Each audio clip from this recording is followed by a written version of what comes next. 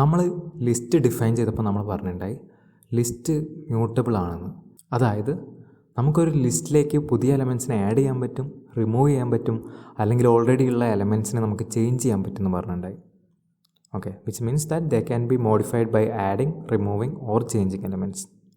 അപ്പോൾ അതിൽ നമ്മൾ എങ്ങനെ ചേഞ്ച് ചെയ്യാം എന്നുള്ളതാണ് ഇപ്പോൾ നോക്കുന്നത്. എലമെൻറ്റ്സിനെ എങ്ങനെ ചേഞ്ച് ചെയ്യാം എന്നുള്ളതാണ് നമ്മളിനി നോക്കുന്നത്.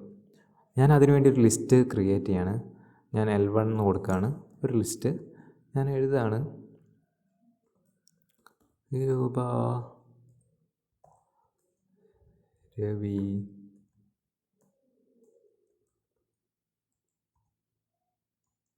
ഒരാളുടെ പേരും കൂടി കൊടുക്കാം, ജ്യോതിക.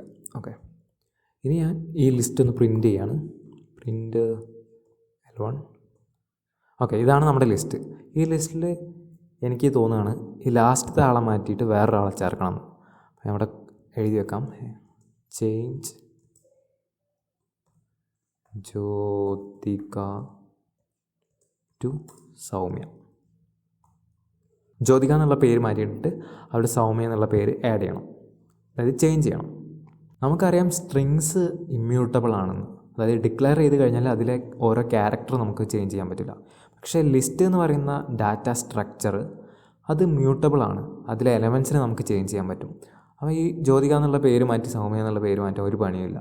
അതിന് തന്നെ ഞാൻ ഇൻഡെക്സിങ് യൂസ് ചെയ്തുകൊണ്ട് എങ്ങനെ നമുക്ക് ജ്യോതികയിലേക്ക് എത്താൻ നോക്കാം. ജ്യോതികയുടെ ഇൻഡെക്സ് നമ്പർ എത്രയാണ്? 2 ആണ്. അപ്പോൾ L1 എന്ന് പറയുമ്പോൾ എനിക്ക് ജ്യോതിക എന്ന് കിട്ടി. ഇനി ഞാൻ പറയാണ് രണ്ടാമത്തെ ഇൻഡെക്സ് നമ്പറിലുള്ള ആൾ ഇനി മുതൽ എന്ന് പറയുന്നത് സൗമ്യയാണെന്ന്. ഓക്കെ, ഞാനത് അസൈൻ ചെയ്തു. ഞാൻ എൻ്റർ ചെയ്യാണ്. എന്നിട്ട് ഞാൻ വീണ്ടും ഒന്ന് L1 പ്രിൻ്റ് ചെയ്യാണ്. ഇപ്പോൾ കണ്ടോ, നമ്മുടെ ആൾ മാറി. രണ്ടാമത്തെ ഇൻഡെക്സ് നമ്പറിൽ ഉണ്ടായിരുന്ന ആൾ ഇപ്പോൾ മാറി. ഇപ്പോൾ നമ്മൾ പുതിയൊരു ലിസ്റ്റ് ക്രിയേറ്റ് ചെയ്യുകയല്ല ചെയ്തത്, ഓൾറെഡി ഉള്ള ഒറിജിനൽ ലിസ്റ്റിൽ മാറ്റം വരുത്തുകയാണ് ചെയ്തത്. അത് സാധ്യമായത് ലിസ്റ്റ് മ്യൂട്ടബിൾ ആയതുകൊണ്ട് മാത്രമാണ്.